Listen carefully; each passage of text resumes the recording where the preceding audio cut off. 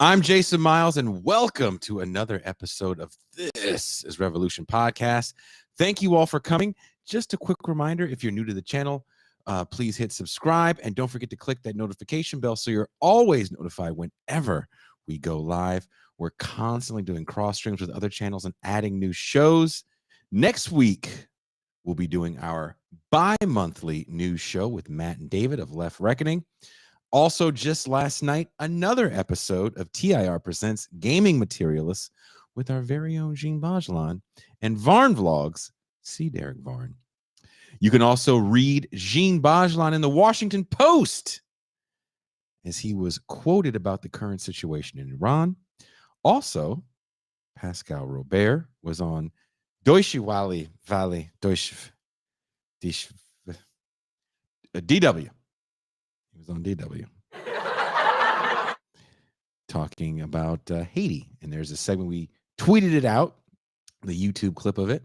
And we'll probably tweet it out again. I don't know if there's a link in the description, but I will ask our very, very efficient moderation crew if they can share that in the chat.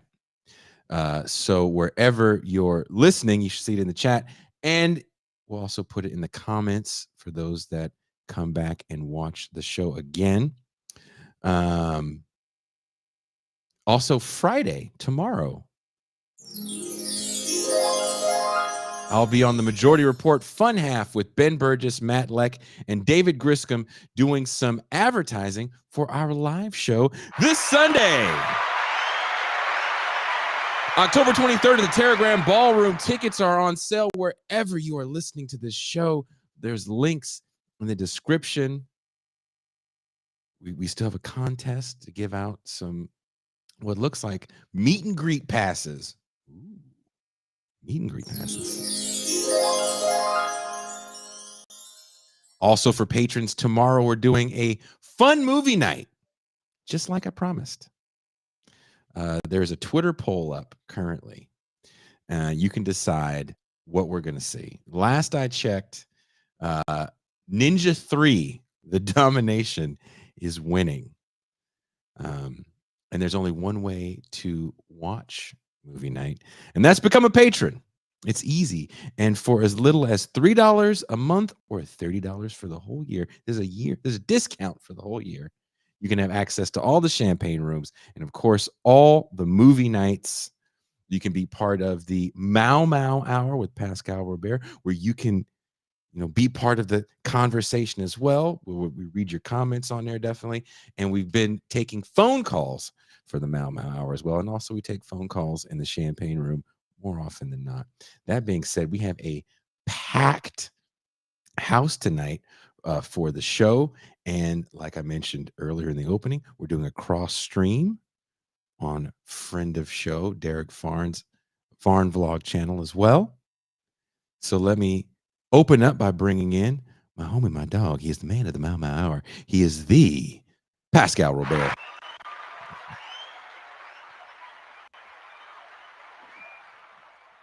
Peace and greetings to the chat. Peace and greetings to the audience. Peace and greetings, Jason Myles. How are you? Doing all right, brother. Coming all the way live from a secret location. It looks like he's deep in the Death Star. I don't know what's going on. Everyone's favorite middle management of the Empire. Deep State, Cuba. Hello, everyone. Yeah, we have a bit of a situation here. An Ewok got loose and got into a power coupling.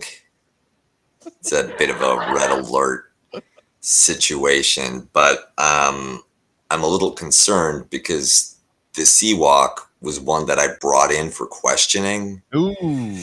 So I think I'm going to have to fill out some paperwork. Well, this is where you want to look at him and say, "We coming for you, nigga." Ewok. You want to, but you can't. You shouldn't. It would be even more paperwork to fill out, just a different department. That's a whole HR situation that is not fun. Also, she is sadly the lone. I say sadly because I'm sure she wishes she had more comrades than just us dudes. But she is the faceless, headless voice of reason. She is M. Toussaint. Hello. I am here for the boys, man. You guys are excellent. I do not wish for you to have ovaries instead of anything that you have right now. I do not wish for you to be different. Yeah, I'm a little under the weather today. It's like there's the weather and then there I am under it. But super happy to be here. And so is the duck. The duck is it? The duck's name again is Drake. Drake Pierre. Drake Pierre. And look, before we bring in Derek Varn, a lot of you guys are waiting to see Derek Varn. I know this is on his channel. He's a big deal in these social media waters. But before we bring in Derek Varn, I want to bring in a person that's been a huge help to this show. Huge help to this show. He's been a part of these new intros that you're seeing. He did the intros, I believe, for Gaming Materialists. He does the outro that we play for the show. He helped us with the trailer for the live show. He's helped with some of the clip videos. He also has helped out, or is helping out, with the production of the video essay, which we're going to show a trailer for in just a little bit. I'm actually really excited. Today we're going to be debuting the trailer for the video essay. But let me bring him in first before I start heaping praise upon him. Please welcome, everybody, the Quinn turn.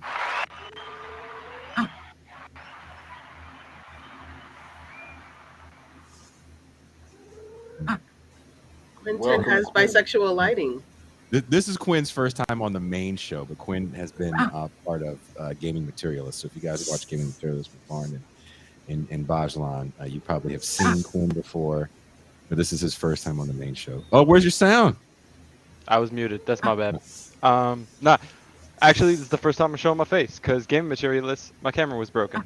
Oh, okay. Look at that. This is the first time he's showing his face. I'm debuting my face. Look at the bone structure. It has been recorded. Yep. Quinn, I want to say this. I want to say this live on air so people understand the neuroses that is working with me. I need people to understand this. Before we bring in Varn, and Varn has a little bit of an idea of this, but the people that you and some you don't see on screen know this better than anyone else. Quinn hit me up and said, "Hey, I'd like to help out with your show." And all I did was have a panic attack when I read the email. Mm-hmm. And by the grace of someone's God, Quinn continued to check in with me. I mentioned Quinn to Gene Bajlan, and Gene Bajlan was like, "Great idea." I believe I mentioned Quinn to Pascal. He was like, "Great idea." And I was sitting back there going, "I don't know." I don't know. So finally, I was like, "I want to meet you in person." Quinn happens to live on the East Coast, and I met Quinn at the live show in New York, and it was kind of an instant took a liking to the guy, and he has fit in like a hand in glove with this motley crew that we have put together here at TIR. And I made a post the other day, and I really meant it, because we get to have these conversations that you guys don't see. We like to jokingly call them production meetings, but it's just these very large shit talking sessions that Kuba is not a part of as much as he used to be, because he's busy detaining Ewoks. But there's some of the best conversations that I have, and they usually pull me out of whatever doldrums I'm going through. So I want to say thank you guys for all being a part of this show and making it what it is, whatever that is. It cannot happen with me alone, as much as I'd like to think that. It takes literally everybody on the screen and some people that aren't being shown. So thank you. I love all you guys. That being said, another person that actually is a big part of this show, he pretty much is the sometimes why, I would say, of this show. Recently, this man and I did another, I think, a couple hours bitching about music and politics. And I think we spent the last 35 minutes bitching about politics. Please welcome from Varn Vlog, C. Derek Varn. Hello. Varn, the Varminator. Bisexual lighting as well. Very nice. It's red, but yeah. So you guys How don't would you know, describe my lighting? Varn, Kuba, Heterosexual. Kuba and I were all going to be live. We're all going to be hanging out sooner than later. I'm probably going to see Varn a day before everybody else as he arrives a little early. I'm kind of excited about that. And part of this show, the live show, at the end of the show, is going to be the chill hangout session, where when we're finally done with the live show, we're all going to be mingling with the crowd. There's probably going to be a few people getting effed up. So like we're coming out like the intellectual Rat Pack. So everyone's going to have a drink in their hand except for me. I'm the Rat Pack's designated driver. Very nice. Yeah, Martin pretending to be drunk. I have a good feeling that everyone's going to be drunk. Yes. I Ranch feel water? very confident. That's what it's called, right? What'd you say? Ranch water? Yeah. Yes. David Griscom is gonna be making ranch waters, but since I don't drink at all. Have you ever had a drink? Or I've had 2 drinks in 45 years. I had a glass of gin, which was not very delicious. Mm-hmm. And A someone glass, gave me you say? champagne. Yeah. Should have had a sangria. Who gave Very you a tasty. glass of gin? Like that's anyway. I was thinking the same thing. That's not what you're supposed to drink in a glass? I don't know. Yeah, like, are you an orphan from Oliver Twist or something?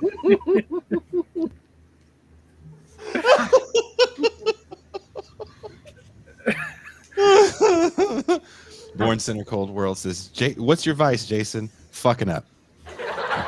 Oh. I'm really good at that. Excelling it. But yeah, so gin is not the way to go. That's like how my first drinking experience was Everclear, which is a way to die. Oh, wow. That's a true story, by the way. So Isn't that shit that was illegal here for years? it's illegal in certain parts of the country, but yeah. I mean, it's primarily an industrial solvent. You can mix it with things, but you shouldn't really just drink it. So Coca-Cola. I mean, that's better. It's better. It's higher proof than hand sanitizer, let's just put it that way. Jesus Christ. Jesus. But everyone, I think Pascal doesn't drink anymore. I try not to. Like that. I don't drink more than one drink anymore, ever. I'll have a drink with someone, but I don't drink en masse anymore. Is it bad if you do? No, I mean it's just. I just have a lot. I come from a land that has a lot of alcoholics, hence why my first drink was Everclear. Yeah. Just a little in the baby bottle to shut him up. Little on the teeth while he's teething. Yeah, that's what your parents say when you have a kid. They're like, "Oh, just put a little rum on his gums." On his gums. Yeah, I was reading about people giving their children laudanum in the beginning of the 20th century, and if you don't know what that is, that's alcohol plus opium. I was like, okay, that explains a lot about America. Born with the cherry reeds, boy. Always with Jesus the cherry Christ. Well, Quinn and sadly the young man that's helping me put the video essay together. He couldn't be here. He's actually working on a shoot right now. But around the same time Quinn approached me, another young man approached me and said that he liked the video essays and he wanted to know if there's any way he could help me. And I was in the middle of I had an idea and I was about to write a script. And I was watching a documentary about wrestling. And I have been going back and forth with Toure, Pascal, and Adolph Reed at different times about this idea. About we're living in this era of kayfabe. And when this young man hit me up, his name is Alex. He'll be coming on when we premiere the actual video essay, hopefully. I told him about my idea. We talked back and forth, and I just started writing out a script.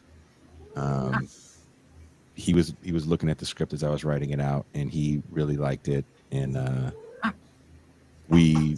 done. The verbal part is done. The script, of course, is done. Now we're just putting a lot of the images together. And I wish I could show you guys some of the images I got from the first couple cuts. It's pretty powerful. But we knew we were going to be doing press pretty soon, and I really wanted to push this because this is the first one that's feature length. Like that's how long this is. It's going to be a feature length. And he put together this trailer, and he goes, "Jason, I can't really do title cards that well." And I was like, "I know who can."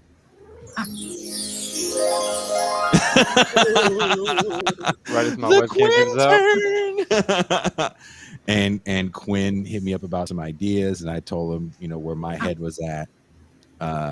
Quinn also put together a really cool Pop Life. The new Pop Life intro is going to be awesome. But I'm excited for you guys to see this. We're going to have a conversation about this video essay, what you guys think about it. But I think the trailer is pretty powerful. I sent the trailer out to some people. Even Sam Cedar, got back to me right away after I sent it to him. He's like, "Hey, this looks really good." So here we go. The trailer to the latest. It's impossible to thank everyone that is responsible for this achievement, which is about to begin. Ladies and gentlemen, this is the main event of the evening. For the American people whose thirst for understanding and a better life has made this venture possible. This is a conscious effort on our part to open the creative envelope in order to entertain you in a more contemporary manner. To create a positive force in a world where cynics abound. To offer those who want it a choice. The key word in that phrase is entertainment, for which we think that you, the audience, are quite frankly tired of having your intelligence insulted. For the cable industry, whose pioneering spirit caused this great step forward in communications. We also think that you're tired of the same old simplistic theory of good guys versus bad guys. We will bring a better understanding of how people live and work together. Therefore, we've embarked upon a far more innovative and contemporary creative campaign that is far more invigorating and extemporaneous than ever before. I dedicate the news channel for America. You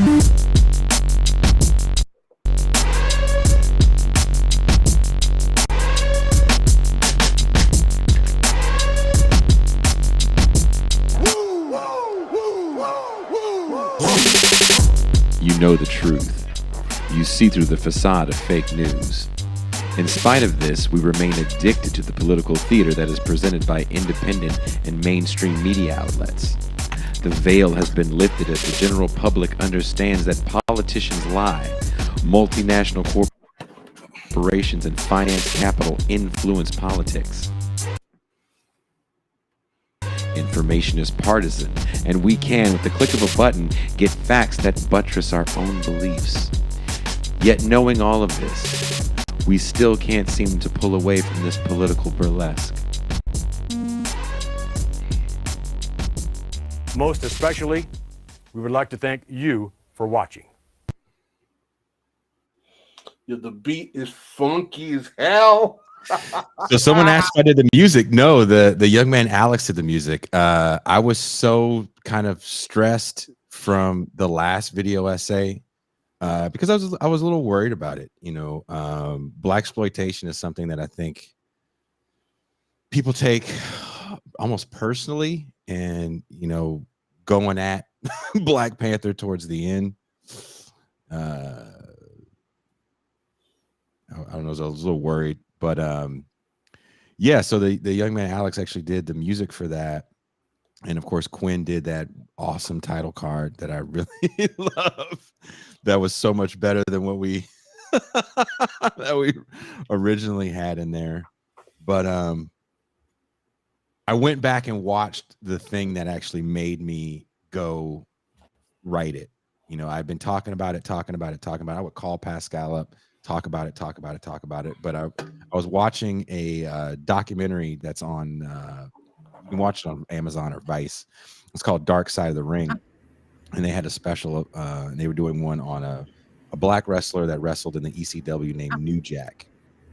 And I felt that his character was such a caricature of what America thought a badass hood black dude was. And he ended up kind of in real life getting lost in the caricature.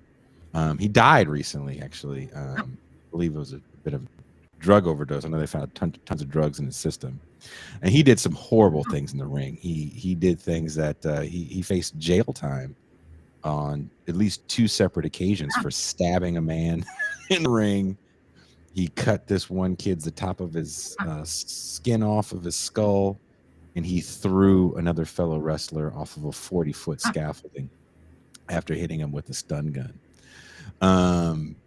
And it just kind of made me go, yeah, this is really, you know, what this kayfabe stuff is all about. There's a great line in that show where at the end of it, because they keep asking his name, like his real name was Jerome, and they ask legendary wrestling man Jim Cornette about did he ever know the real Jerome and what was the real Jerome like, because Jim Cornette got him his start in a small promotion Cornette was running in Georgia.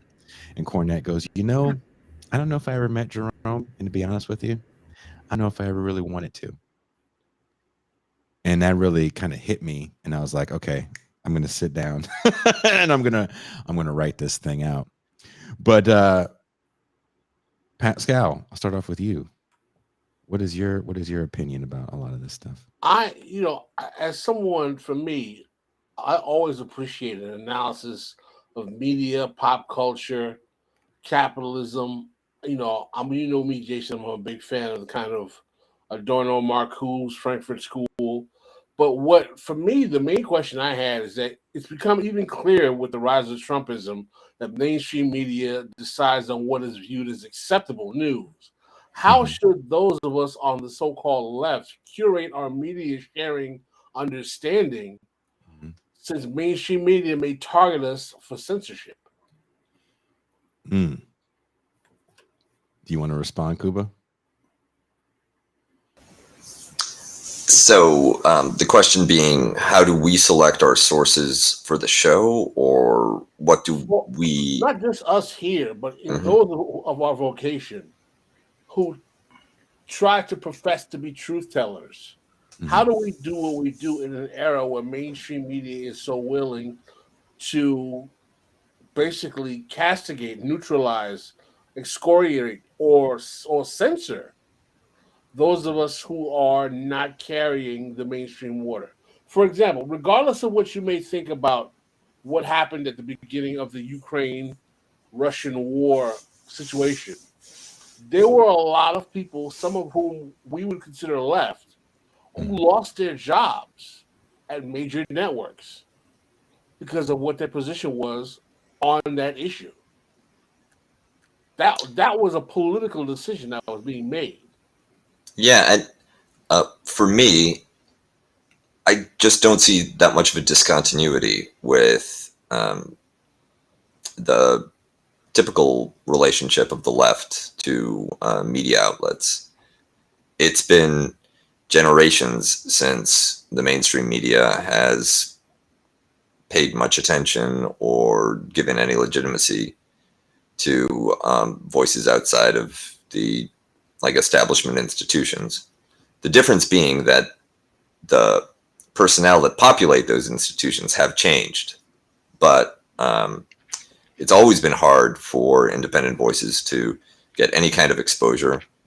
And there's been these periods of political censorship and sort of soft purges, like with the Red Scare or with the House Un-American Activities Committee. And it feels like the only thing that's preventing a recurrence of that kind of thing is that both parties are too anxious that any institution set up by their rival party would target them in an uncomfortable way. Otherwise, we would have already had it. There was that disinformation bureau within the Department of Homeland Security that Biden stood up for like a week in 2021, I think.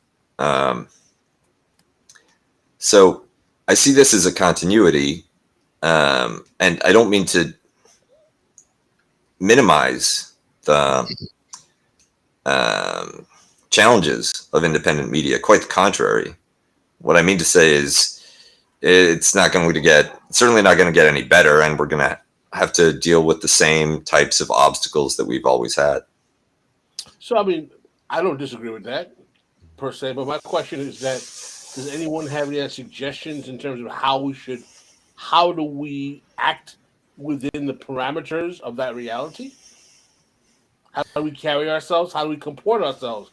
How do we do editorial decision making? Oh, this is a Varn. Look at Varn. He took the swig, so you know he's ready to go in on this one. You get the swig and the motions. The editorial decision making is hard. And the one thing I will say is that we're kind of talking about the mainstream media and the mainstream media platforms kind of simultaneously. And the only difference now is that there's two sets of gatekeepers, not one. And by that, I mean, since the internet has largely been turned into a for-market venue past Web 2.0, which has, been kind of now a 10 to 15-year project to really monetize the web, which, as a side note, makes it not work as well on a lot of ways. Like go look at Facebook or Twitter and try to even do a basic fucking search function, and it completely falls apart. But nonetheless, we're kind of double censored. We'd always expected to be censored by official gatekeepers on major networks who have a consensus they are pushing. That consensus is, broadly speaking, in line actually a little bit more with the Democrats than the Republicans, but not a lot more, because there are certain issues on which the media actually doesn't fully comport with the Democrats' base on. But we can get censored also on these platforms pretty easily and arbitrarily. Like, we don't know what the standards are being applied to us. Anyone who touches the C word, and I'm not going to say the full C word because of the likelihood it gets your episode not just demonetized but pulled down. The C word that starts with C and ends with Ovid. Even when they're debunking Yeah. misinformation, Yeah. we'll see what I'm talking about. And I've had disagreements with other media figures in the past. I'm actually not as much of a free speech absolutist as Doug Laner Ben Burgess, for example. In that I think there has always been a limitation to speech based on effect. And so I'm not crying over something like lawsuits 10 years ago forcing Alex Jones off the air, for example. But there is a sense in which the arbitrariness of this makes it very hard to operate. I will say one thing I do, and I've never been censored actually on YouTube, is I don't monetize. So I don't have as many things to. I take money directly from patrons, and because of that, where they're going to demonetize me, I'm not monetized in the first place, right? Like it. But not everyone can do that. If this is like your day job, it's not a good idea. The other thing I would say, like, I do see this. I agree with Kuba that there's been a continuity on parts of the censorship angle, but I do think the other thing we get caught in is there's interpolitical fighting, not just between the Republicans and the Democrats, but also between different kinds of media. Yes. And how this is going to dominate.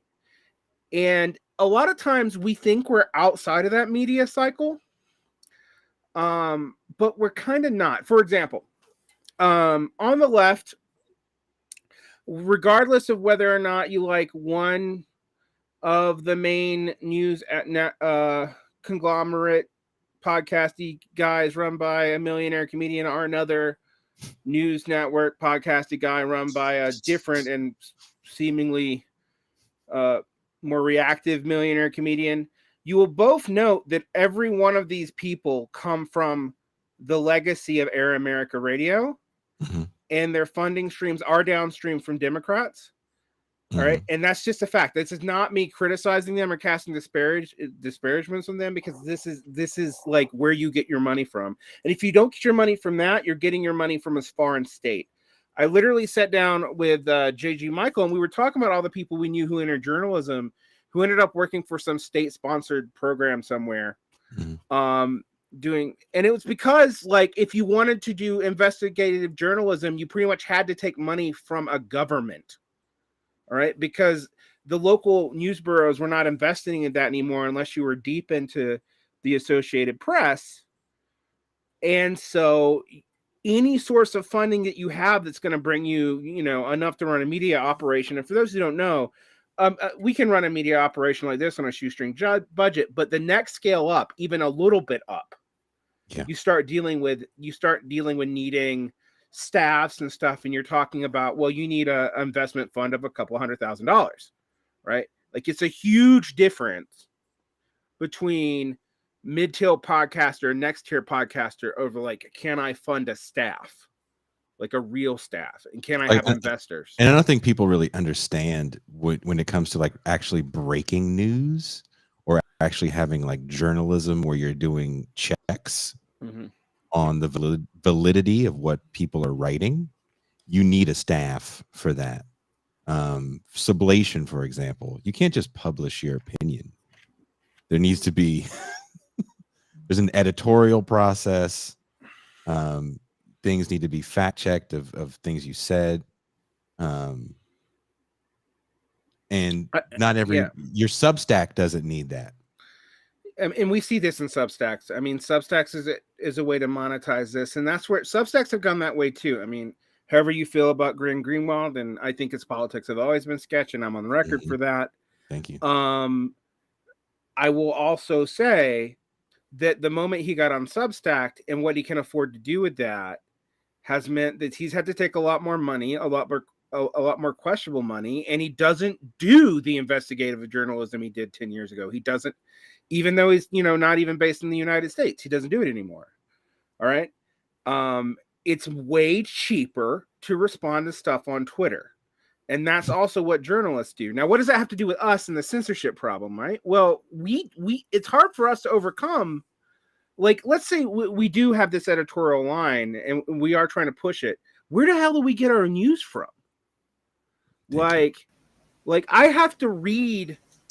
Like I've told people how I get a lot of my news, but it's literally now reading financial reports because financial reports are more honest. Like that's where I'm at. I think that the issue is if you're looking at journalism to provide you with news.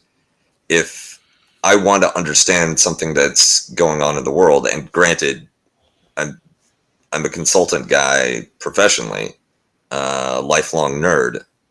I read the relevant World Bank, IMF reports, and I de-translate for neoliberal. They don't have a lot of insights, but they do have a lot of data, and that can be very telling and very useful in deriving better predictions, because your model doesn't have to adhere to Washington consensus orthodoxy. But that's a ridiculous lift for any person who isn't, recreationally doing analytics, right? Yeah. This is something like deep nerds do. You do it as your profession. I do it. I used to do it as part of my profession, so it's a habit, and I do it with law news too, as someone said, because law news is pretty decent as well if you read for lawyers, not for the public. But who the fuck is going to do that on their own? I mean, like, particularly because you have to know how to translate the neoliberalese, and it's something that no one has incentives to teach you. Like, I mean, like, there's no book on translating from neoliberal into normie. Like, no. Similarly, there's no getting around the fact that this is a boring process. It is not fun. And you have to be pretty damn curious or interested to go to those lengths to get some accurate data. And you have to have a couple bucks too, because the New York Times costs money, Washington Post costs money. You'd actually be. It's less because most international organizations have a mandate to publicize and distribute their reports.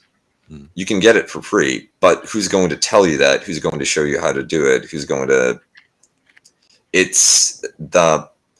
Even when the financial barriers are removed, the technical ones are extraordinarily high.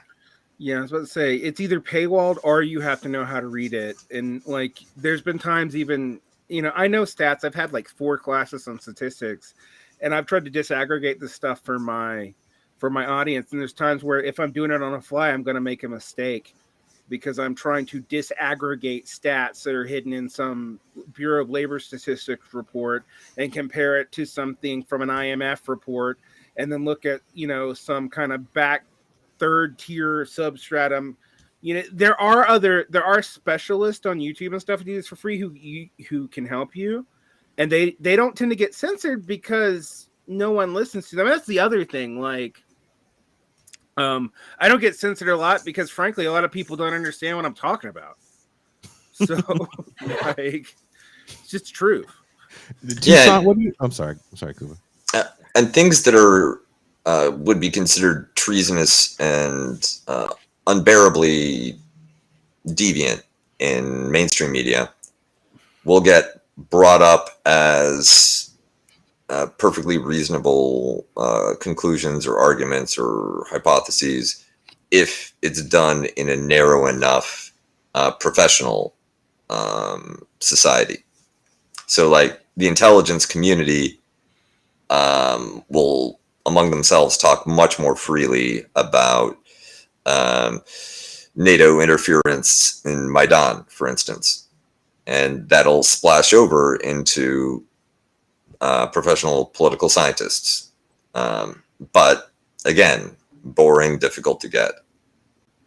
Mm-hmm. Quinn, you have something you want to add? We can't hear you. You might want to unmute yourself. Hello? We can't hear you. There you go. You can hear me now? Okay, cool. So honestly, pretty similar to what's already been said, but I think that what a lot of people, I think I saw Strom mentioned this in the chat, but like the super capitalist news sources are usually better. Like you can read The Economist or the Financial Times, and like they're the enemy, but also much better journalism. Like it's better fact checked, it's better research. They actually like go out and talk to more people. Partially just because they can afford to.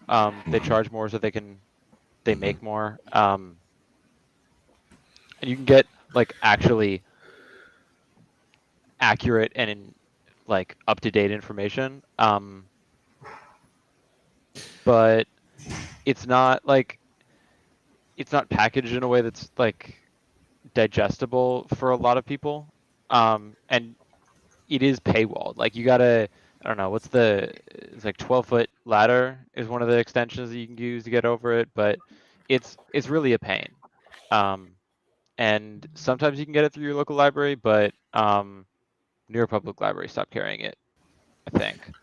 Another thing I was thinking about when I so today before the show, I went and rewatched the same thing that inspired me to sit down and write all 6,000 words of that script that you guys will hear and see sooner than later. Was at the end of the documentary that I watched, when the question got asked to the filmmakers who were interviewing this wrestler, New Jack, what about him? They said, what about him? He seems like a horrible man.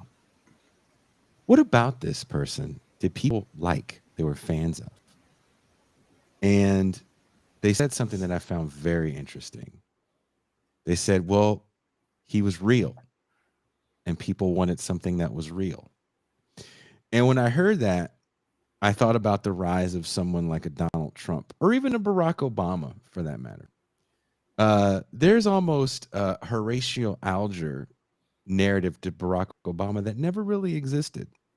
And this wrestler never was the badass from the inner city that he claimed he was when he was wrestling. It was always a character. But the fact that people assumed that this is real was kind of fascinating, and embraced it as real. And when you watch the news, even if you watch stuff on left media, there's an idea of something that's real that people want to grab a hold on to, that they end up making even part of their identity.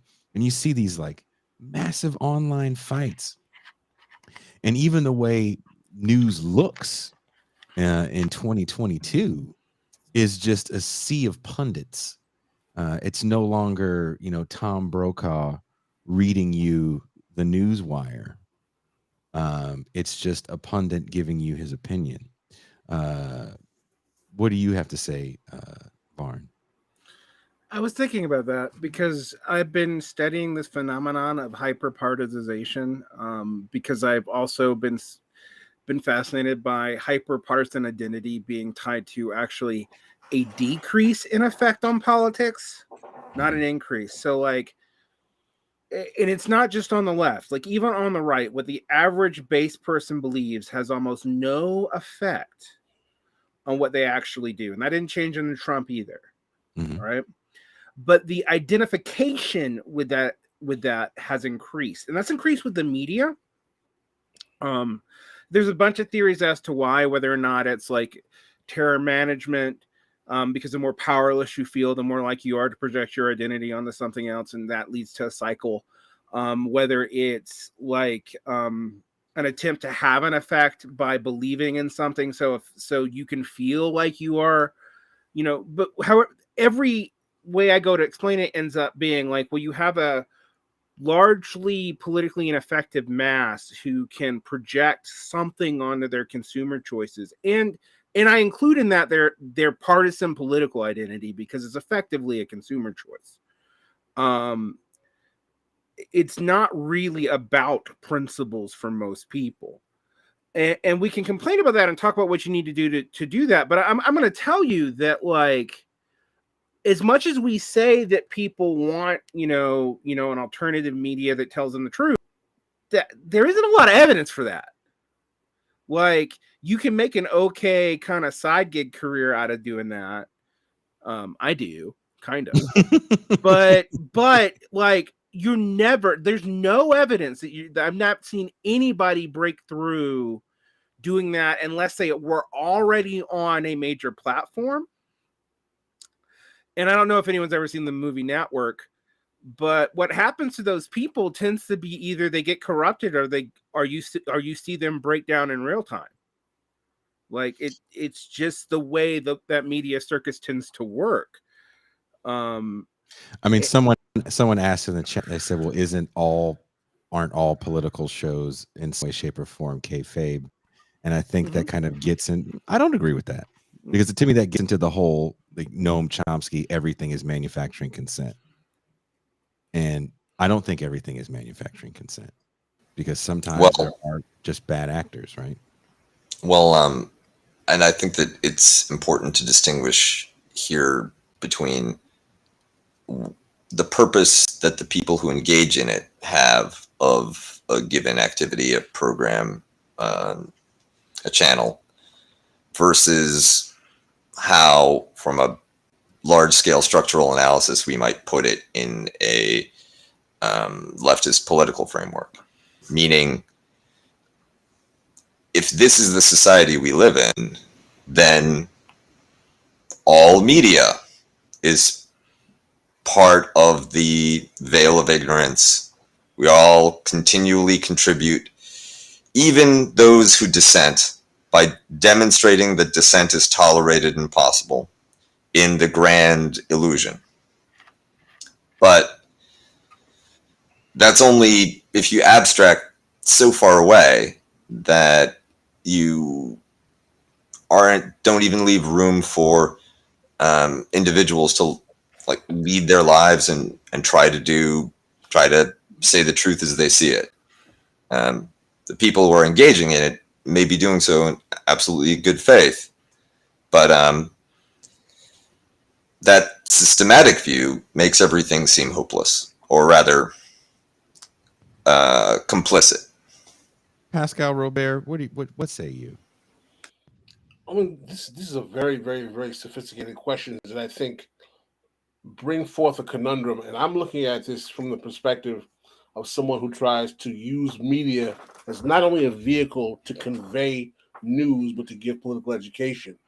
And for me, the challenge becomes, how do you do that, understanding that people might take your intentions as a threat to the state? And I am not absolutely sure how you maintain your integrity in a space when we have such a cynical media space right now. Mm-hmm. Such an absolute cynical media space that has already demonstrated the willingness to punish people for deviating from the party line. Okay, I'm sorry. It doesn't make me want to stop anymore. I want to continue with the endeavor, but at the same time, what are the prices people are willing to take for going that far? And are people willing to pay those prices? I mean, we did a show recently with a scholar of the Iranian left to give a good kind of picture of Iran currently, and also he came back for almost a little bit of a refresher of the show he was on originally, Ex Candor, of Iran post the revolution in '79. And there were multiple comments about U.S. empire. Even though we were talking about Iran, people still wanted to hear about U.S. empire. Now, we can play to that fascination with having to hear that America is bad, but that wouldn't really be the show we were trying to do. We were trying to explain, the current situation with the regime in Iran and what happened to left figures in the revolution in Iran. But even trying to get some sort of nuanced explanation can get lost in what people want to hear. And part of the idea of wrestling and why I wanted to use wrestling and why it's fascinating to me is everyone knows it's fake. There's not one person that's watching this and saying this is real. And the fascination I have is with wrestling in the 90s, where it started to get extremely hyper violent. Still predetermined matches, but very violent. As if this violence is reality. And that's how I feel media looks. We're going to get a little more real. But is it really? So people still understand. Go ahead. MT, did you have a point? I did. Thank you. I just wanted to say that is a problem that you see in comic books, and then it bleeds over into the comic book movies. There's only two ways to be adult, and that's to be gritty and violent, or to be sexual. Mm. And it's a shame that that's the binary we have to play in. Mm-hmm. And I'm sure it leads into other media as well. Well, I think that, and picking up on that, there is this adversarial thread that runs throughout American culture.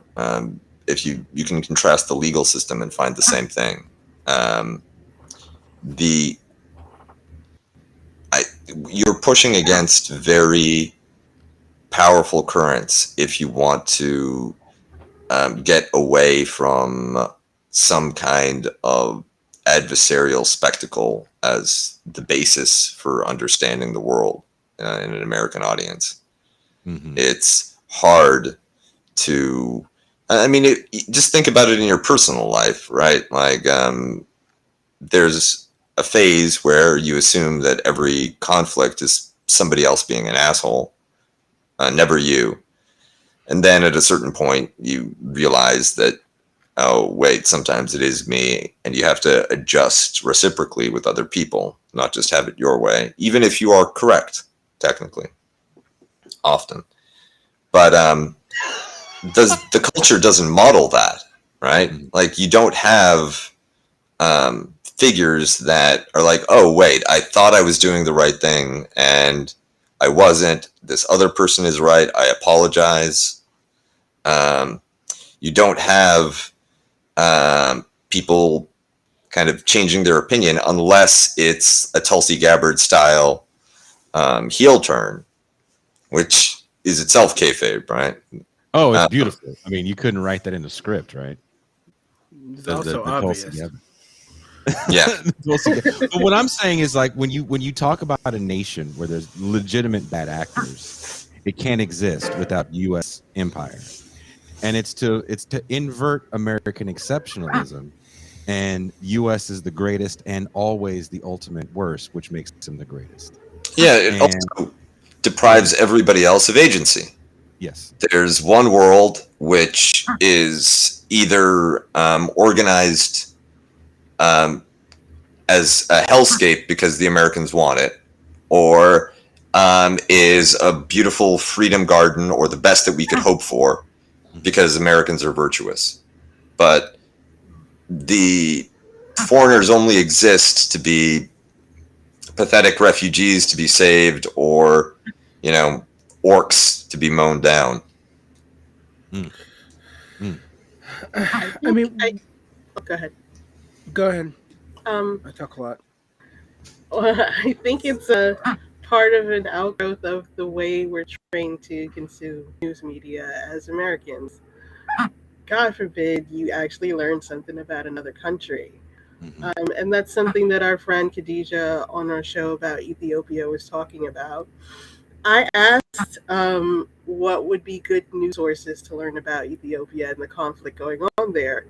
And she basically said, you need to be in community with the people, and that is how you will really know. And as leftists, that's what we're supposed to be doing. But a lot of us can't handle sitting through news about other countries. We have to find a way to bring it back to ourselves, and that's why the exceptionalism is inverted,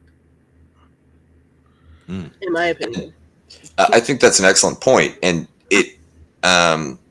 it also links back to the difficulty time-wise in terms of technical ability, access of even getting news about other countries. If you have to rely on what's available and what's in English, then you're drawing dead right at the start. Yeah, That's true. yeah, that's very true. Quinn, did you want to add something? I don't know. It's hard to like put it all exactly into the right words because it's I don't know. I have a hard time trying to like get into other people's heads. It seems like more work than it's actually worth, and like what you get out of it is like it not really worth it. But I do think that a big part of it is just like I think they're still thinking in like the terms of empire. That they're very used to like the American public. I was trying to find a quote in here, but couldn't find a good one in time. The American public is very used to like thinking about foreign policy as looking at like a map of the world and being like, okay, this is a place over here. What do we do about this problem over here? What do we do about this thing? And that like kind of global dominant view is the way that you think about the world when you are an empire, and it's not the way that you think about the world when you're not. Like you think about who are the countries around me, who are the countries who have direct control on me, what is like the and I'm saying like me, it's a lot of times these are like state actors, and it's absolute brain poison to like identify this much with states. Like it's a great way to just like get like the PATSOCs or like the I don't know, the like people who like think Russia is good because it's not the US. Soviet Union. Like the Soviet Union 2.0. Well, Yeah. before we end tonight, I know Kuba has to go. Vader's having a ball today. I know there's a special gathering in the ballroom wing of the Death Star. Yeah, he told me to wear a special tie. I'm sure that is completely innocent and not ominous in the least. Well, Kuba, thank you very much for hanging out with us. We're going to go on for a little bit longer. I will see you Sunday.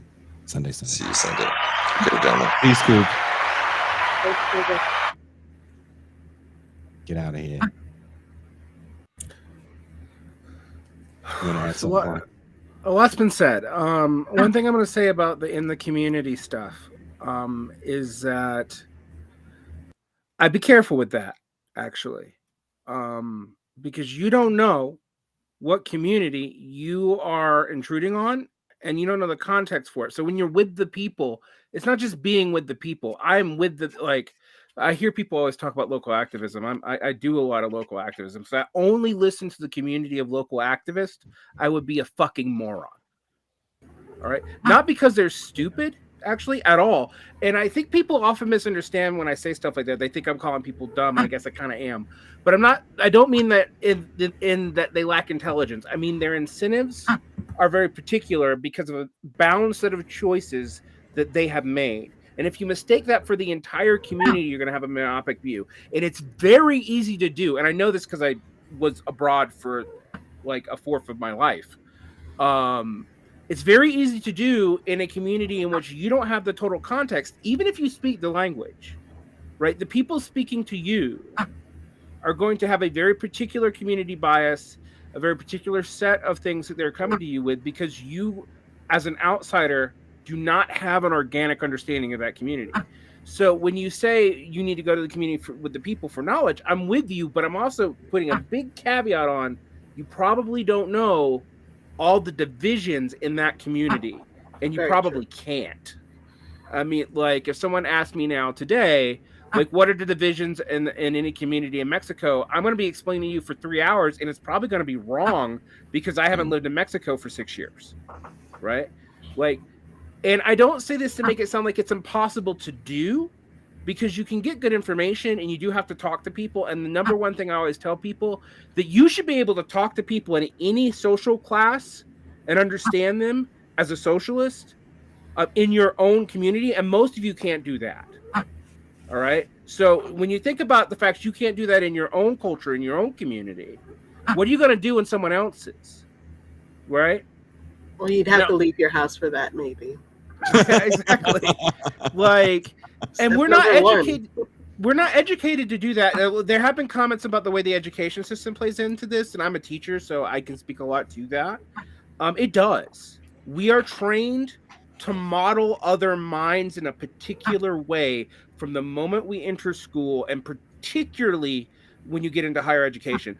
I will tell you one thing that, you know, as a person who comes from a working class background, I have to often forget what I was taught in university to bring myself back to the ability to communicate some of the things I learned in university to people who didn't go, because the way I was taught it limits my model of a way the mind works and limits the way I can communicate that. So I always talk about having to unlearn speaking in grad school, right? Because that's my natural inclination.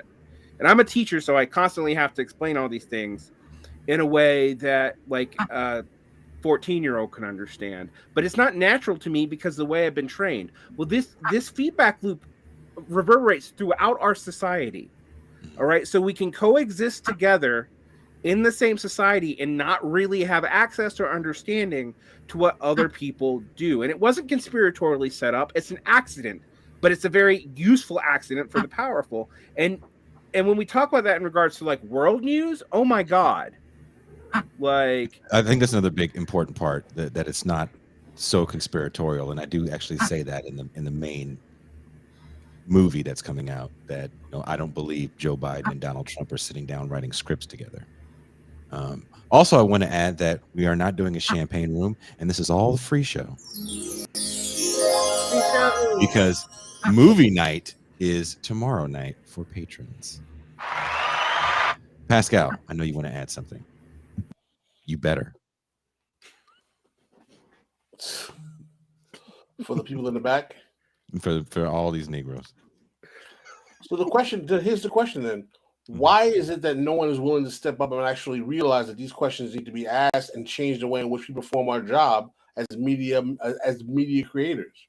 Why are we appealing to the base, most common denominator of our audiences instead of stepping up and changing the paradigm? I did some. Okay, this is where it gets interesting. So a lot of history went into this research. I wanted, and I'm not trying to say this so you guys think any better or less of me.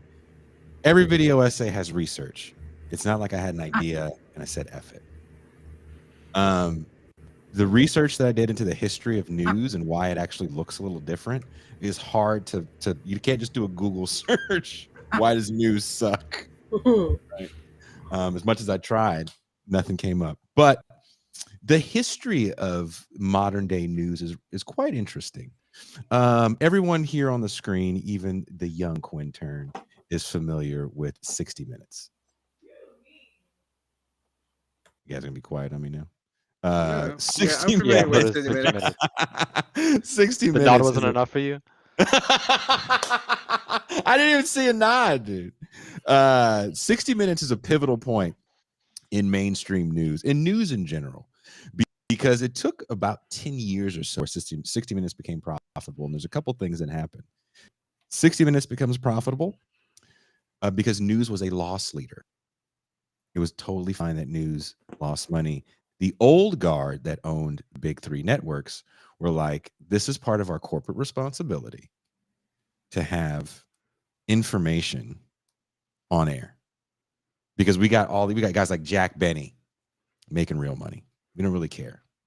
And you guys spend as much money as you want. You can do documentaries. If you go back, there's a few people that have curated some of these. There's some amazing documentaries that the big three networks used to pay to do. I'm talking like getting the pulse of Mississippi before it was legal for Black people to vote. The budgets were kind of endless. Once finance capital gets into owning these networks, they're like, we have no losses on our books. You guys have to get profitable. 60 Minutes became profitable because they changed the way they did their show. It was show programming in the sense of, we have to compete with sitcoms and Bonanza and stuff like that. But the heroes are going to be news anchors or journalists, if you will. And they're going to tell stories that are going to be a little bit more evergreen, maybe even celebrity based, but they're going to hit you on an emotional level. And the moment that becomes profitable, we're in a copycat world, right? Capitalism loves to turn more profits. So then you get later on 2020, later on you get Dateline, but you get these news programs that have to hit an emotional chord. And even if you look at the way even online left media works, Derek Varn came on here about a month ago, Derek, and said two names that we're trying not to say. No, we're not going to say them. And the emotional response literally backs up what he said.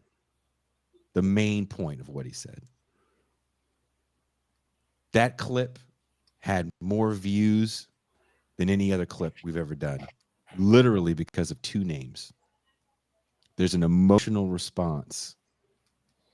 And how do I continue to get that emotional response? Well, first of all, I have to dumb everything down to good guys and bad guys. Everything has to be Red Dawn. Right? Who's Patrick Swayze is what, people are trying to figure out. You guys want to? So I've been thinking about this a lot because I did this research project about 2 years ago for my show.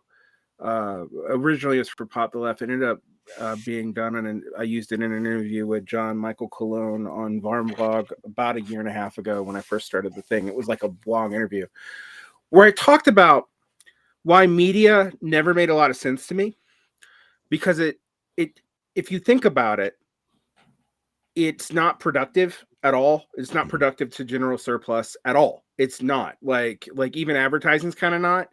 And in most places where it existed, it involved heavy state involvement for a long time because it's not profitable to set up. There's no way to recoup profit. I mean, you're recouping profits off of ads, which means you're like three tiers down away from any original profit motive, etc. And the financialization of the 70s kind of exposed this. Because the one other thing we think about the big networks and the way broadcasting worked before is they were granted kind of monopolies because of how not really profitable a lot of this was, but they also owned other businesses, and that's where a lot of that money came from. And as the profitability crisis in the 70s hit, there's a reason why 60 Minutes kind of explodes then. There's a reason why, and they were aware of it. If you go watch, I mentioned the movie Network twice, but it's literally about this. It is, and the stuff it predicts, like from the standpoint of that movie's like 1976, and it predicts stuff that we're seeing now, like political entertainment, radicalism being used to support commercial capital, monetizing real people's personal breakdowns, etc. And it all being done for investment capital and rents, and a kind of a way to clean money is driving a lot of this. And so one of the things that when I talk about this to people, we always talk about this as like it's in a bubble on its own. And that makes sense because we can only deal with so much in our head as a general rule. But none of this is in a bubble on its own. Like I have pointed out that the current tech situation, regardless of why you think it happened under a particular set of financial constraints that was particularly good for certain rentier investments. And the state, our finance, our monetary policy can shift that overnight, and then our entire media landscape will reverberate in response to that. And I think it actually is, right? As we speak right now, you will notice that the kayfabeization that we saw in the major networks has spread down further and further and further to like micro celebrity infights, and then further down from that, because we're all downstream from that. Mm-hmm. Like, I'm not exempting myself, little academic, quasi-academic podcaster and YouTuber with, you know, the reach that I have, because I'm still downstream from those funding streams. Even though I'm not getting any of that money directly, it's enabling me to reach my audience. So, and it's reality. You cannot participate in this, even really far downstream, and get guests to your show, even without being tied to this network indirectly. This is something we kind of do have to think about in regards to what we're doing and why we're so limited on it. And I think you're right that 60 Minutes is a perfect example of that. Like, you can't loss lead forever, and corporate responsibility is only going to give you so much thing. And we talk about why did the finance heads come in? Well, because in the 70s, after the oil shock, right? Regardless of whether or not you think it was natural, whatever that means, or our policy, whatever that means, you had a negative profitability dip in everything. You couldn't have a loss leader. Like, really? Yeah. You couldn't. You couldn't do it. And I want to get your guys' feeling on this. And we talked about this Saturday. I actually had some inside information on what went on in LA. And our take on LA was very, very different. When I talk about LA, I mean the LA City Council. Because the framing of it is racist Mexican political faction, racist Latin political faction. And it makes it sit like these were bad people and everyone else suffered. But whatever was said in that room, what do you think was being said in other rooms? Everyone was fighting for the same small piece of political pie. Everyone. The black coalitions were fighting. The Jewish coalitions were fighting. This is during redistricting. Do you really think that the Black Caucus in LA was sitting around, you know, talking about how much they love their Mexican neighbors? Like, let's not be silly here. It was presented in a way that was going to make people click on news stories, buy papers if they're physically buying papers, and engage in a conversation that isn't about the real player in all of this, which was USC, right? It has to be about racial infighting, which of course exists. Los Angeles is a hotbed of racial tension, especially between black people and Latinos. And it's not speculation.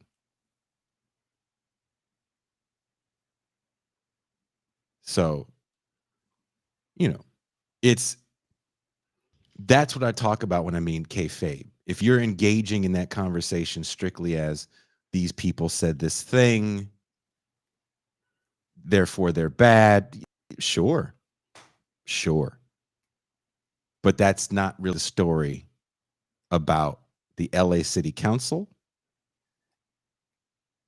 And when we talked about racial coalition politics, you know, back to the whole, like, well, no one really cared because they wanted to hear a certain narrative. And Pascal, you were sharing us other sites stories about what was going on, which was extremely different from what we were talking about. You want to get No, absolutely, man. I mean, no one was really trying to rationalize what was going on in LA in terms of the context of the actual racial historical politics and the racial history of the area. They were just trying to look at it as a flashpoint of racial conflict, which doesn't help resolve the actual actors on the ground, which are the citizens. And I was glad you were able to get that inside confirmation that we had a better understanding of what was going on, because we were not trying to appeal to people's emotions. We were trying to find out what was going on. because as I was Weren't getting they also information, trying I'm sorry. Go ahead. I'm so sorry. Oh, okay. Weren't they also trying to create coalitions against progressives? Yes. I saw a take that, yeah, that was another part of the larger story. I don't think people really understand what really goes on behind closed doors. So it's a lot of speculation, and people love the drama. Well, they also love very easy, big to basically do the whole to part fallacy all the time, to like extrapolate from a type of a person to an individual because of a history that may be 100 or 200 years old, based off of our current social perception of what someone's category is, and generally in race. And I see this race talking here right now, like. And on one level, what is being said in the chat about like Latinos coming from a settler colonial, blah, blah, that's all true. On another level, on any given Latino, you're going to have a racial admixture and an actual history that's really, really divergent. And I'm always fascinated by how selective we are about that. That's not, and it's easy as fuck to game. I'm going to give you an example today, just that's unrelated to anything particularly controversial about LA. I was watching a white Australian journalist talk about the need for the end of whiteness and how China was often perceived as a need to the end of whiteness, but that the way that it asserts power is actually pro-whiteness, and that to be Xi Jinping's actually more white than. And I was like, what are you even doing? This is a real editorial. I am not making this up. I read it today. Was it? Hold up. There was that. I feel like it might have been in Black Agenda Report, that Wages of Rodinger essay. That was not in Black Agenda Report. It was not? That Cedric Johnson wrote? No. Which one was that in then? That was in Compact. No, not okay. Compact. That was in non-site. Oh, all right. Non-site then. Yeah, that's about as far away from Black Agenda Report. No, they were not fucking with Cedric on that one. You're talking about Cedric Johnson shitting on the whole whiteness studies. Yeah. I could not remember where I read that, but every time I hear people just like go off onto unproductive conversations about whiteness, that's the essay that I think of. Can you get into that a little bit, Cedric Johnson's? Because you got the angry face on, so you really need to lean into this. Cedric Johnson's take on whiteness studies. Are you talking to me? Are you afraid? Yeah, I'm talking to you. Quinn seems more motivated than I am. No, Quinn. I mean, whiteness studies is a theory that comes out of academia that basically is an animating reality to white identity in and of itself, divorced from material products. I think some people will argue that it's postmodern in its origins that dictate the way white people behave over time. And Cedric is saying that basically it's divorced from material political history, and it creates categories that exist outside of actual historical reality and causes us to look at white people as a collective functioning unitary body throughout 4,000 years of time, and it doesn't really help in terms of really analyzing how power structures work. Yeah, and I think a lot of that essay was just that the discourses are not productive. There's a reason why he's picking on Rodinger, though, because Rodinger's not coming out of like normal whiteness studies, Afro-pessimism, or anything. Rodinger was a Marxist, and he was picking up on theories of E.B. Du Bois. And what Johnson's basically saying is that this framing it, just the allowance of like the wages of whiteness, which is a phrase from W.E.B. Du Bois, that it's that framework automatically is too easy to misconstrue, even if you know that Du Bois's politics, for example, he explained a lot of white hostility to black workers in the South purely in economic terms. Actually, he didn't think it was inherent to whiteness, but the cultural accumulations and privileges, therefore, were like a sociological reality to protect a very precarious proletariat from losing even more status. And there's actually some pretty good material reality to believe that that was the case. But the moment you start talking about privilege, which moves it into a nebulous framework, and W.E.B. Du Bois did, Johnson is saying you're making one step towards these kind of whiteness studies, reification of whiteness, reification of blackness, moving it outside of a historical category, and also erasing real differences. Like, we all know the dumbass arguments about the Irish were slaves and all that stuff, which is all false. But the impulse that comes from, that I think we do have to deal with, is that they weren't WASPs. And that when you look at like collective wealth over time, and you compare even subgroups of white people to other subgroups of white people, and then adjust for their class position, it doesn't look like all the white people equally benefited, right? No, because there's a reason for that. There's a reason for that. That's very rooted in materialism. There's a very, very good book called the Ethnic Myth that does a very good job of debunking all of these myths that we have about how, oh, the Jews did it themselves and the Italians did it themselves and these ethnic groups came with skills. What we have to realize is that when these ethnic groups came to the United States, even in the 19th century, some of them came from different locations with different skill sets. If you do a comparison in the 19th century, in the 1880s to the early 20th century, of Jews, Italians, and Irish Americans, in terms of which percentage had high-level marketable skill sets within a 10-year period of immigration, 66% of Jewish immigrants had high-level marketable skills. The Irish, it was less than 16%. For the Italians, it was something like 14%. So the accumulation of wealth over time isn't some mystical, magical, cultural phenomenon. It's because these folks are coming from different parts of the world with different skill sets that allows them to compete in American society that makes the capacity to accumulate wealth over time. That's why, for example, people talk about Caribbean immigrants. There's a difference between the Caribbean immigrants that come to the United States in the 60s and the ones that come in the 80s and the 90s. The ones that come in the 60s were more educated, they were more professional, they came from more middle-class backgrounds than the ones that came in the 80s and 90s who were more poor, and that's why you see different types of actual class integration into capitalism amongst even those different ethnic groups amongst themselves. Totally. I would actually, there's a good book on the Jewish part of this called The Jewish Century, which goes into the longue durée of why, for example, particular skill sets and particular education habits was helpful for Ashkenazi Jews in particular when capitalism developed in the 20th century.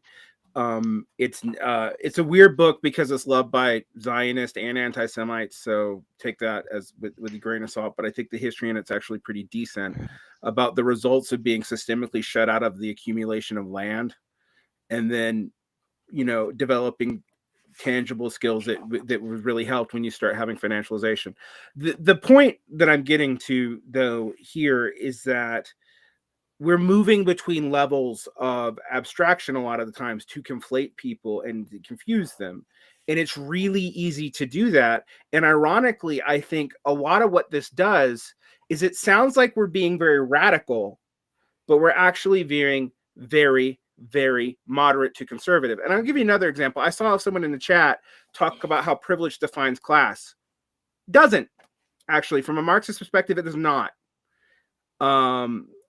Your privilege is a result of elements of your class, but it isn't what defines it. What defines it is your access to your ability to socially reproduce freely or not, meaning your access to capital or not. Can you control it, or are you controlled by it? All right.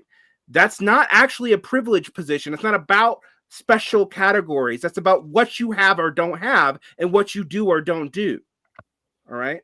The conflation of that with privilege is actually something that makes it where like legal categories or whatever can also be seen as classes, or even like mild differences in income can be seen as classes, which is highly divisive to class solidarity. And that's done on purpose. This is the one time where I will say some of this shit's done on purpose.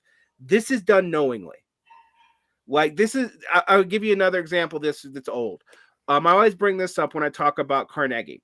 Carnegie broke up the Manx and Cornish mining strike by bringing in Black workers. It's kind of the first example of woke capital, unquote, right? Mhm. And what it did is it reinforced hostility to African Americans, to the Black community, and it also pushed the Manx and the Cornish to identifying with white people. All right, because they didn't beforehand, because they weren't WASPs. And they didn't refer to themselves as white specifically before that, right? That miners' strike pushed that community more and more towards identifying with the powers that be who were oppressing them because they were afraid of competition being brought in specially. Like this, and Carnegie knew what he was doing. He had a consultant help him come up with this plan, and he got positive press for it, even at that time. This is an old game. This is not to say there isn't real racial divisions between the classes, and there isn't real nationality divisions, class divisions coming in, etc., that we try to erase with race. I mean, this is a lot of what you guys show. But as a media, when we're talking about media, this is a very simple narrative to sell people. The actual history of this is hard, and it's not easy, and you can't just throw out one simple stat and be like, well, that's done. Right? Because you actually have to know extensive amounts of history to really contextualize this for multiple countries, even. This is why the use of ethnic pluralism and culturalist narratives to explain poverty works so well for conservatives, because they don't require sophisticated analysis of historical phenomenon, because you can say, oh, it's their culture. They're defective because of their culture, or their culture is defective and that's why they're poor. So it becomes this tautology, this cyclical tautology that never gets to the cause of the fact that it's the political economy and the way these people are integrating into capitalism that explains why exactly they are not being allowed to actually move into a place where social mobility is normative. What say you, Quinn? I mean, I say I'm mostly just playing 4D chess to get these more educated dudes to give me a reading list for free. But like, I don't know. I think that like,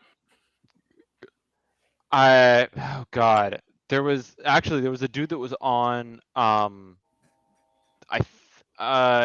like 95% sure it was on Vaughn Vlog, that was talking about classes not really existing as like, or individuals not existing in a class, classes existing more as abstractions that are useful for like mobilizing around and really useful for creating narratives, but like individual people, it gets really difficult to try to like bang out like what is the exact class of like one dude, and if like, you know, if you put some money onto like a stock trading app, does that change your class, and like it a bunch of stuff that just doesn't really make any sense.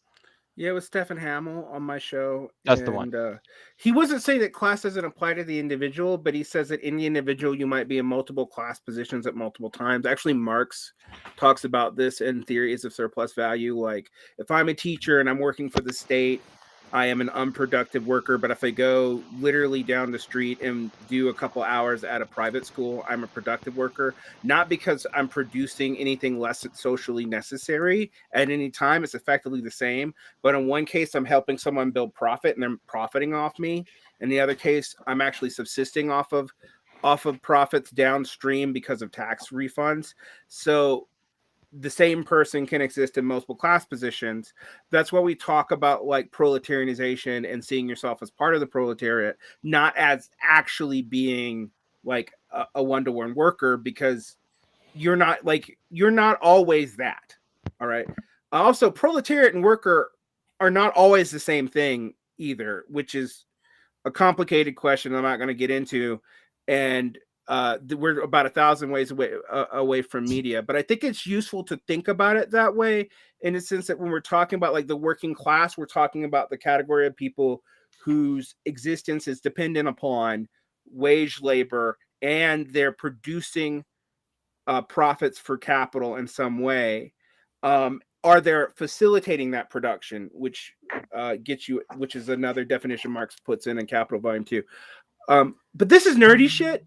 I mean, to be completely honest, this is like, Marx could be wrong about this, or this could just be semantics. Our issue has to be like, how do we make sure that we don't, when we talk about broad spectrum truths, like we talk about settler colonialism in the Americas, which is absolutely a truth, right? Calling someone a settler individually is kind of beside the point. It's like, unless you are actively settling an area, being a descendant of this, it's just a fact that you are, but you may or may not be, as an individual, contributing to that. To see the contribution just by being who you are, like just because you are a descendant of said people, you are automatically totally identified with this category, means that there's no way out, there's no way to bridge solidarity, and also there really isn't an answer to the question. All right. So for example, how do you deal with land back when you want, if it really requires the removal of everybody who's not indigenous to the United States? Mm-hmm. And I don't know any indigenous person who actually believes that's what should happen either when you talk to them about that, but that is the way it is often framed by enemies of it.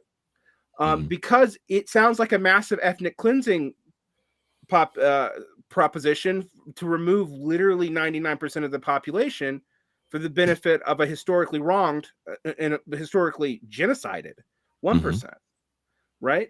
That's a hard sell. Whereas if you frame it in a different way, you can get, like, you can frame it in terms of including people, giving them justice and autonomy and this, that, and the other. I don't love the justice word, but still, you can do it in a different way and set this up, and you can make it not about individual identity. The media project, to tie it all the way back to the kayfabe part, though, is invested in you being emotionally invested in their narratives, and the best way to do that is an immediate identity, which is why, as the fraction of American nationalism kind of breaks apart, you will see more and more racial appeals. I think that's inevitable. And I don't just think it because I've seen it in other societies which are not necessarily settler colonial, actually, who've just been exposed to my example comes to mind is Lebanon or Egypt. All right. Playing the cops off of different groups of other Egyptians, and it was something that was easily done as a political football when I was in Egypt, and I've definitely seen that in Lebanon too. So this is not just a settler world problem, and so I bring it up because this kind of identification is really easy to motivate people with, and it's really cheap. You don't have to know much. You don't have to invest much. You can just look up some superficial stats, throw them at people, get people highly emotionally invested, confusing the general to the particular, all right, and set them off. That's also how you build racist. I mean, it's the same. It's almost the same move. Well, Pascal, do you have anything to say in closing? No, I'm good, brother. MT, do you have anything you want to add? No, this was a really good conversation, another banger. Yeah, I just want to address one historical point somebody was talking about, how Arabs were invaded. Culturally speaking and genetically speaking, yes, genetically speaking, no. Most of the Egyptians are like most of the British in that they're actually 80% of their DNA is from the local populations. They weren't killed. They weren't just invaded like that. So the analogy doesn't really work. the cultural acclamation of, say, Islam, if you want to go that point, took like 1,000 years, so that they weren't just wiping out Christians all the time, like that. So all these narratives that you have are actually projecting our narrative of modern settler colonialism back in the past, and that's a bad thing to do. Just as an educational thing, I need to like intervene there, because we can't have those kind of nonsense that perpetuates a whole lot of misunderstandings. Quinn, do you want to add something before Derek Varn gets us yelled at? Oh, I mean, I don't know. I think that there's a lot more to be said on media, and I'm sure that, you know, we'll have another, like, what, 3-hour show where we yell about this shit. And Varn will continue to impress us with his very big words. There's probably not worth getting into now, but there's a fun there's a NYU professor, Maitland Jones, who there's some media coverage of that. There's just a lot of like just outright things that the Times, the Post, like a bunch of the big coverage of it just is not correct.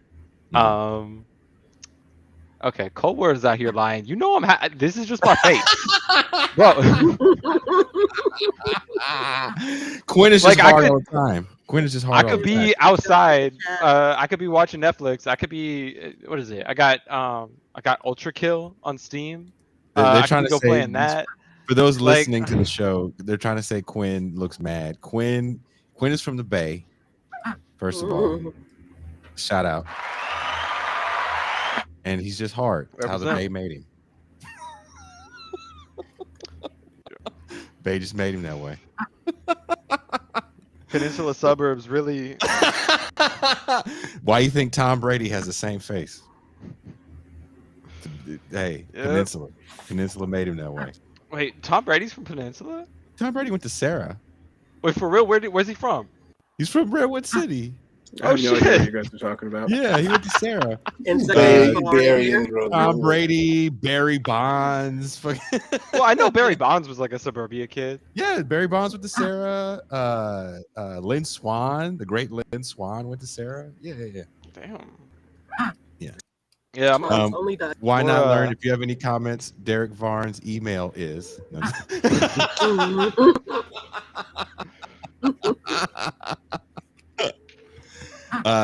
Derek will respond to your comments. So if you leave a comment, he will respond back in a very polite way. Or I'll call all my audience stupid and stop streaming for months. Pre-record everything. Join his Patreon, and then you can get personalized insults. If you, that's true, actually. Wait, do you have different tiers? Yes, I do. But okay, so if you join at the highest tier, I don't know what the highest tier is, but the highest tier possible, Varn will personally record a 1-minute audio segment yelling at you. He will not research you at all. It might not be specific to you, but it will be a 1-minute yelling that nobody else gets to hear. That's what the whole live show is going to be. It's going to be Derek Varn and Anna Kasparian yelling at each other because they're the two loudest people on the fucking internet that love hollering at the screen. So the two people, we figured it out, and they're just gonna face each other and holler. So I'm ready for it. Derek, I know you saw the notes for the live show. I'm sure you're ready. I did. It's funny actually, because Anna Kasparian is one of the few famous people who followed me on Twitter back before I even had my own show. Mm-hmm. And it was like, and I couldn't figure out why. Like, I was like, what did I do? The infographics. She liked the yelling. She was like, I like this guy's chutzpah. Who else insults people over economic infographics, right? Like, whatever intern runs Richard Wolf's account. Oh yeah, that's true. Oh shit! Yeah, can you imagine? Actually, I met Richard Wolf a couple times. He's very nice. Yeah, he's incredibly nice. I met him in the same time I met Michael Brooks. At that thing in Boise. Yeah, the thing in Boise. Yeah. I refuse to believe Richard Wolff and his wife aren't yelling at an intern right now. Wow. The Wolves right now they're just yelling at one, no reason. You just have an intern like so that they are nice to everybody else. They just abuse one intern. Just yell at the intern's just chained up in the Wolf basement, just getting hollered at for all of capitalism's failures. Yeah, Richard Wolff is so nice. I actually felt bad for slagging him once. So, you know. Richard Wolff came on the show once. Yeah, we had Wolf. It was a good show. He's a good guy.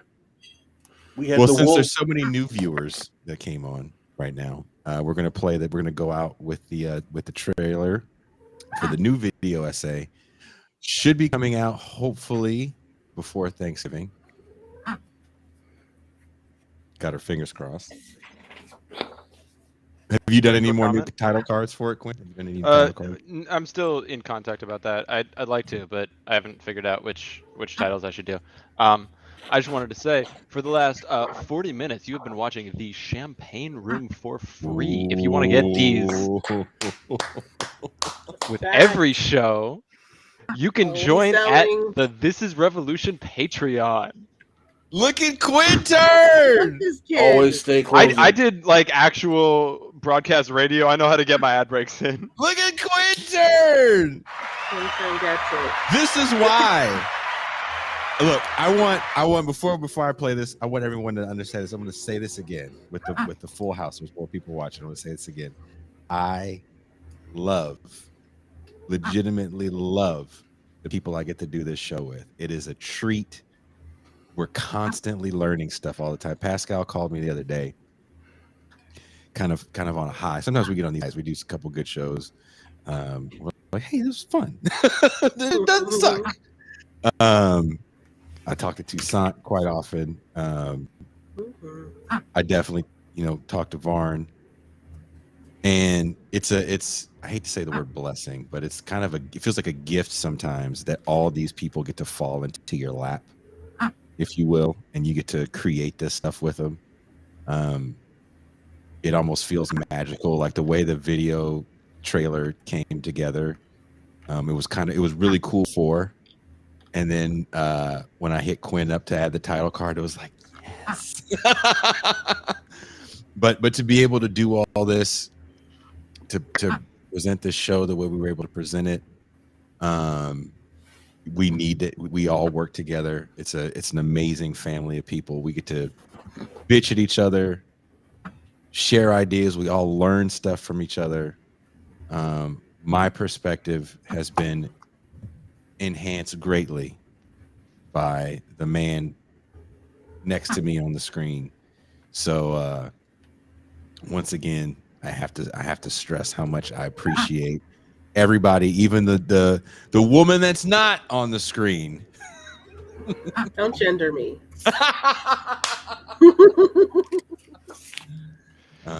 There is yeah.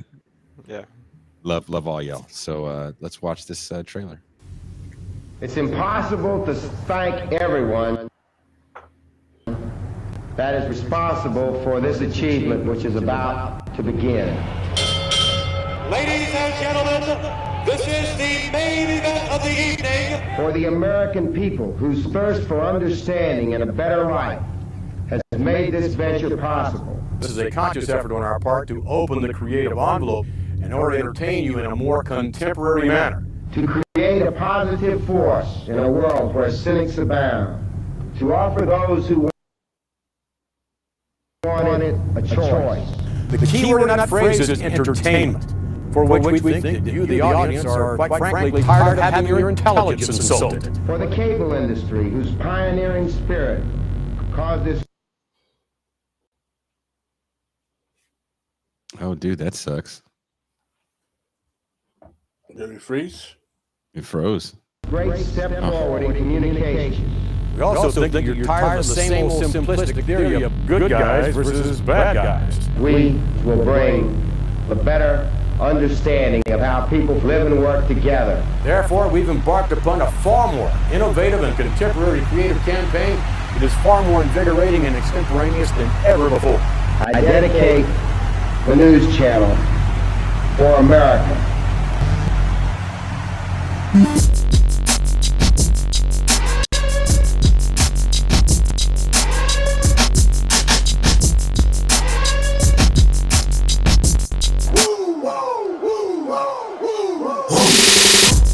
know the truth. You see through the facade of fake news. In spite of this, we remain addicted to the political theater that is presented by independent and mainstream media outlets. The veil has been lifted as the general public understands that politicians lie, multinational corporations and finance capital influence politics. Information is partisan, and we can, with the click of a button, get facts that buttress our own beliefs. Yet knowing all of this, we still can't seem to pull away from this political burlesque. Most especially, we would like to thank you for watching. Thank you guys for watching. Tomorrow night for patrons, movie night. You guys decide the movie. Go to the Twitter. This is Revolution Twitter.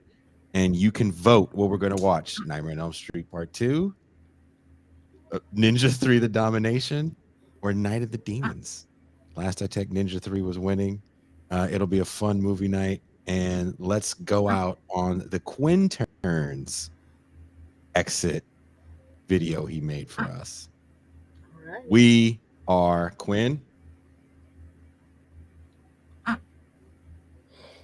You guys Out. out. Am I? Oh, out. There we go. Oh God! God. No! You I didn't missed stick the the unmute landing. button 3 times. The I went to bone go click it, shakers up missed it for 3 times. Oh God! We are out. Thank you.